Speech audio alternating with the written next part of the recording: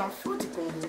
Je vous invite sur le meilleur blog de Belgique, www.banamikili.skyblog.com.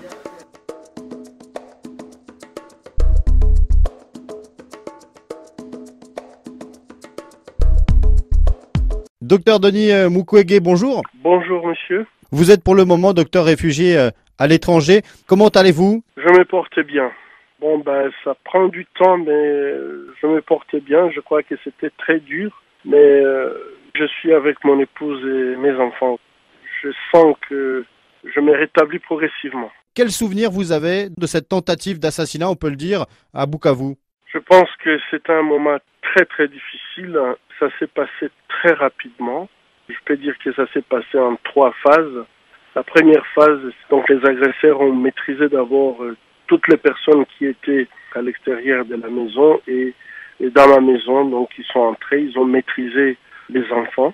Donc ils m'attendaient à l'entrée et quand j'avais klaxonné, c'est eux qui ont ouvert la porte et ils m'ont accueilli rapidement. La deuxième phase, j'ai l'impression que c'était récupérer la possibilité de pouvoir partir après leur forfait. Donc ils ont récupéré les clés de ma voiture. C'est à ce moment-là que, en fait, ils ont commis l'irréparable. D'abord en me braquant et puis après, quand mon gardien avait crié, ils se sont tournés, en fait, ils l'ont achevé à bout portant. Je suis tombé par terre et puis la suite, c'était très rapide et ils ont pu s'échapper avec le véhicule.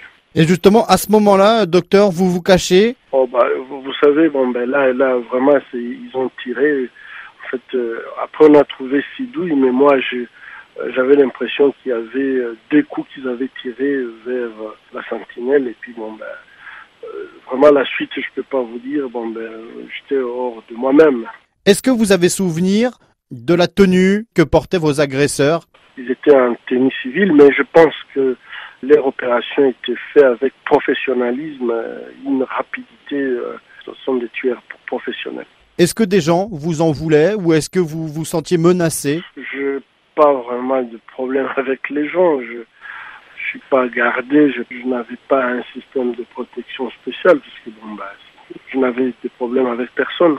Vous demandez que toute la lumière soit faite sur cette agression, qu'une enquête soit menée? En ce moment, je pense beaucoup. Si moi j'ai été agressé en pleine ville, dans un quartier sécurisé, je crois que ma pensée va beaucoup plus à toutes les femmes qui sont à l'intérieur et qui subissent ce que j'ai subi tous les jours. Donc finalement, j'ai pu réaliser que leur situation est très difficile et même plus difficile que je ne le pensais, puisque si ça se passe comme ça en pleine ville à 19h, je peux imaginer c'est que toutes les personnes qui sont sans défense et sans protection et qui en fait sont à la merci de toutes les bandes armées, et je crois que ça devient impérieux, je crois.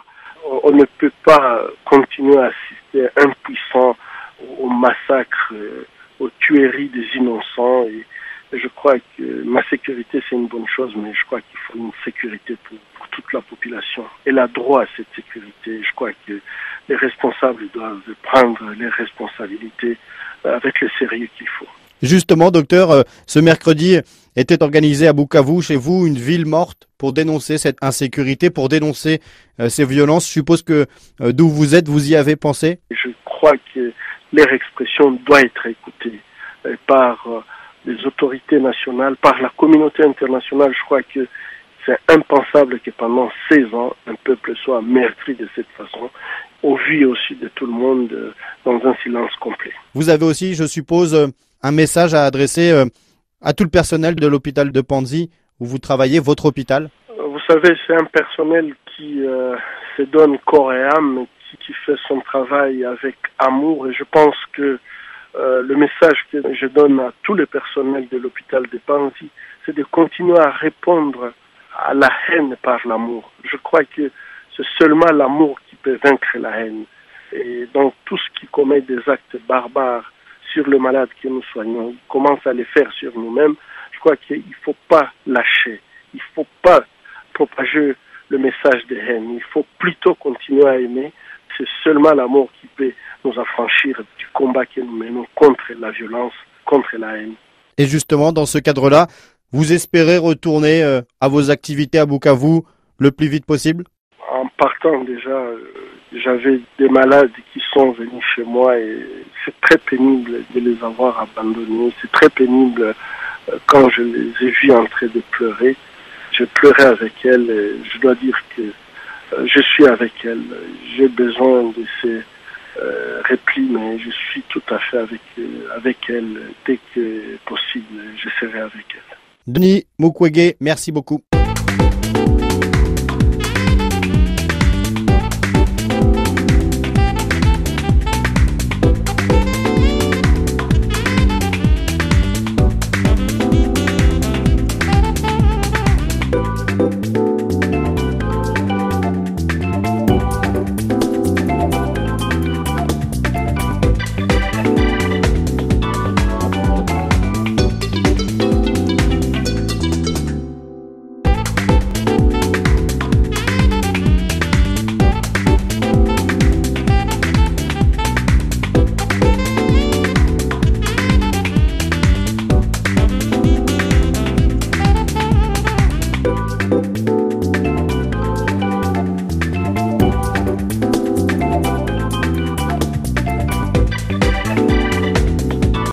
Bonjour, vous êtes chez Phoenix Trans Express, agence de fret maritime et aérien. Nous sommes situés sur chaussée de Wavre, au numéro 144 à 1050 Bruxelles, quartier Matongé. Comme référence, nous sommes près du Lidl. Nous travaillons avec le Congo, l'Angola, le Congo-Brazzaville, le Gabon, la Côte d'Ivoire. Nos services sont assurés par SN Bruxelles Airlines et nous travaillons avec DHL et UPS pour les expéditions dans le monde entier. Nous faisons aussi des transferts d'argent par Western Union et Coinstar. Notre devise, c'est la confiance et l'assurance et la rapidité. Merci.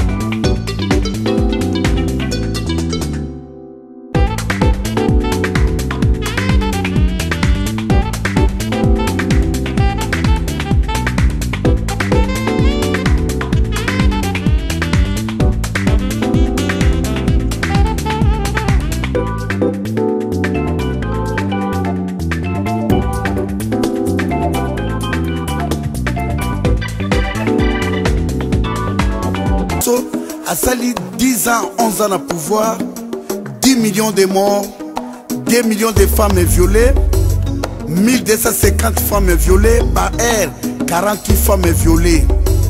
Ari Hippolyte Kanambe, le fils de Christophe Kanambe et Madame Marceline, vous serez jugés d'ici là.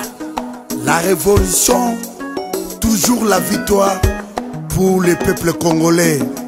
Togoti Kapete, Togozonga pe simate, peuple congolais bandeko na ngai Kisasa, bako sabino te, Ari Hippolyte Kanambe aza mopaya. To sangana biso tuna ba militaire, to bengana ye ake